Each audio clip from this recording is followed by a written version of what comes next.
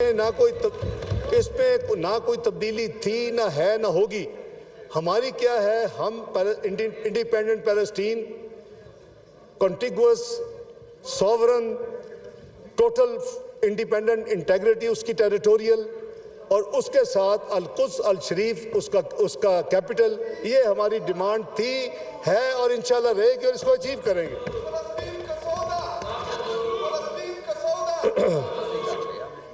جہاں تک جناب اسپیکر, ایک بائی لیٹرل میٹنگ بھی ہوئی, وہ واشنگٹن سے ایک دن کے لیے وزیر اعظم صاحب وہاں گئے, نیو یارک سے واشنگٹن گئے.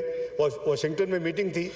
وہ میٹنگ جو تھی اس میں ان چیزوں میں اتنا زیادہ انوالو تھا کہ اس میٹنگ میں میں نہیں تھا. وہ وزیر اعظم صاحب تھے اور پاکستان کے فیلڈ مارشل جنرل سید اعظم منیر تھے, اور ان کی طرف سے ان کے جو بھی 2-3 ان کے کاؤنٹر پارٹس تھے, مثلاً وائس پریزیڈنٹ تھے ان کے, اور دوسرے 1-2 لوگ تھے. تو وہ میٹنگ جو تھی وہ بیسیکلی وہ کافی دیر سے پینڈنگ تھی اور شیڈول ہو رہی تھی کہ اسپیشل نہ جانا پڑے. تو اس لیے ان دنوں میں 25 تاریخ کو جو ایونٹس تھے وہ پھر میں نے اس کو ٹیک اوور کر لیا سارے, اور ذمہ داری لے لی. اور جناب وزیر اعظم صاحب اس میٹنگ میں انہوں نے, اور آبویسلی اس میں پاکستان اور یو ایس کے جو ٹریڈ کو بڑھانے کا جو معاملہ ہے, آپ نے دیکھا کہ ٹریڈ ٹیرف نیگوشیٹ فائنلائز ہو چکا ہے, اور پاکستان اپنے جتنے پیئرز ہیں اس کے مقابلے میں ایڈوانٹیج پہ ہے.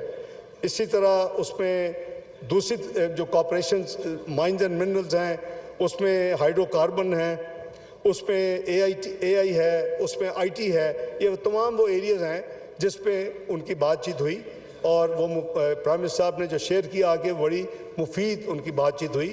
تو میں سمجھتا ہوں کہ چائنا ہمارا آل ویدر اسٹریٹجک پارٹنر ہے, اور اس کی ایک ہسٹری ہے, اور انشاءاللہ اس میں کوئی یہ at the cost of China نہیں ہے, یا چائنا کے ساتھ تعلقات at the cost of the country نہیں ہے.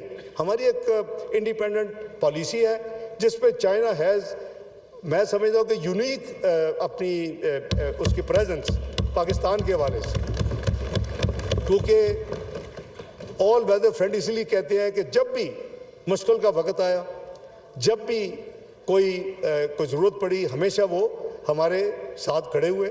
ابھی ریسنٹ آپ نے دیکھا کہ آئی ایم ایف کا جو پروگرام تھا اس میں دیکھا آپ نے جب انڈیا کو شکست دی تو آپ نے دیکھا کہ آپ کے جو اکوپمنٹ ہے وہ کس ملک کی ہے. آل دو پاکستان میں مینوفیکچر ہو رہی ہے جوائنٹلی, اس میں پاکستان نے اپنی اس کو ٹیکنالوجی کو کیا ہے, لیکن وہ چائنا کی بیسیکلی تھی, JF-17 جیسے ہم کہتے ہیں. تو اس لیے چائنا کے ساتھ جو ایک تعلق ایک بڑا پرائم اور بڑا یونیک ہے, آل ویدر اسٹریٹجک پارٹنرشپ, وہ تھی, ہے اور انشاءاللہ رہے گی.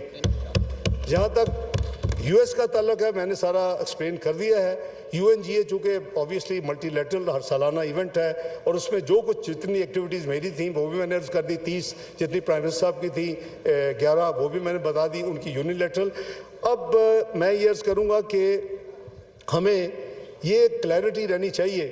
ایک چیز اور مجھے لکھ کے بھی دے رہے ہیں, میں یہی بات کرنا چاہیے, مجھے ٹیلی پیتھی پڑھ لی ہے لاز منسٹر صاحب. ایک کافی بات چیت ہوئی جو سعودیہ کے ساتھ ہمارا ایک اسٹریٹجک میوچل ڈیفنس ایگریمنٹ ہوا. جب ہم جا رہے تھے, پہلا جو ہمارا اسٹیشن تھا وہ سعودی عربیہ تھا, پھر اگلا اسٹیشن UK تھا, پھر UN تھا, اور پھر واپسی تھی. دیکھیں, دہائیوں سے ہمارا اللہ کے فضل و کرم سے جو سعودی عربیہ کے ساتھ تعلق ہے وہ سب کو ڈھکا چھپا نہیں ہے. 1979 میں 1979 جب بیت اللہ شریف, اگر آپ کو یاد ہو, پتہ نہیں آپ اس وقت کتنے بچے تھے اسپیکر صاحب, وہ جو 1979 کا جو ایونٹ ہوا تھا وہ پاکستان نے اپنا بھرپور رول اس میں پلے کیا تھا. 1-2 اور ممالک بھی تھے. اس کو جو کیپچر کیا تھا, اس کو یعنی دوبارہ ان کو ہینڈل کرنے میں, ان کو کلین کرنے میں, ان کو ختم کرنے میں. اور میں اس لیے کہہ سکتا ہوں کہ میں اس رات وہاں تھا, بلکہ اس رات پہنچا ہی تھا. جب یہ سارا واقعہ ہوا تو میں احرام میں پہنچا, اور میں اس وقت 5 وقت طواف کا چکر لگا رہا تھا. جب فجر کا اقامت ہو گئی, ہم کھڑے ہو گئے, اور جنازے بے پناہ تھے. ایسے لگتا تھا پتہ نہیں کتنے جنازے کیسے ہیں. جو اسلام پھرا تو جنازوں میں سے لوگ کھڑے ہو گئے, ان کے ہاتھ میں آرمز تھے, اور وہ کوئی حتیم پہ چھلانگ لگا کے چڑھ گیا, کوئی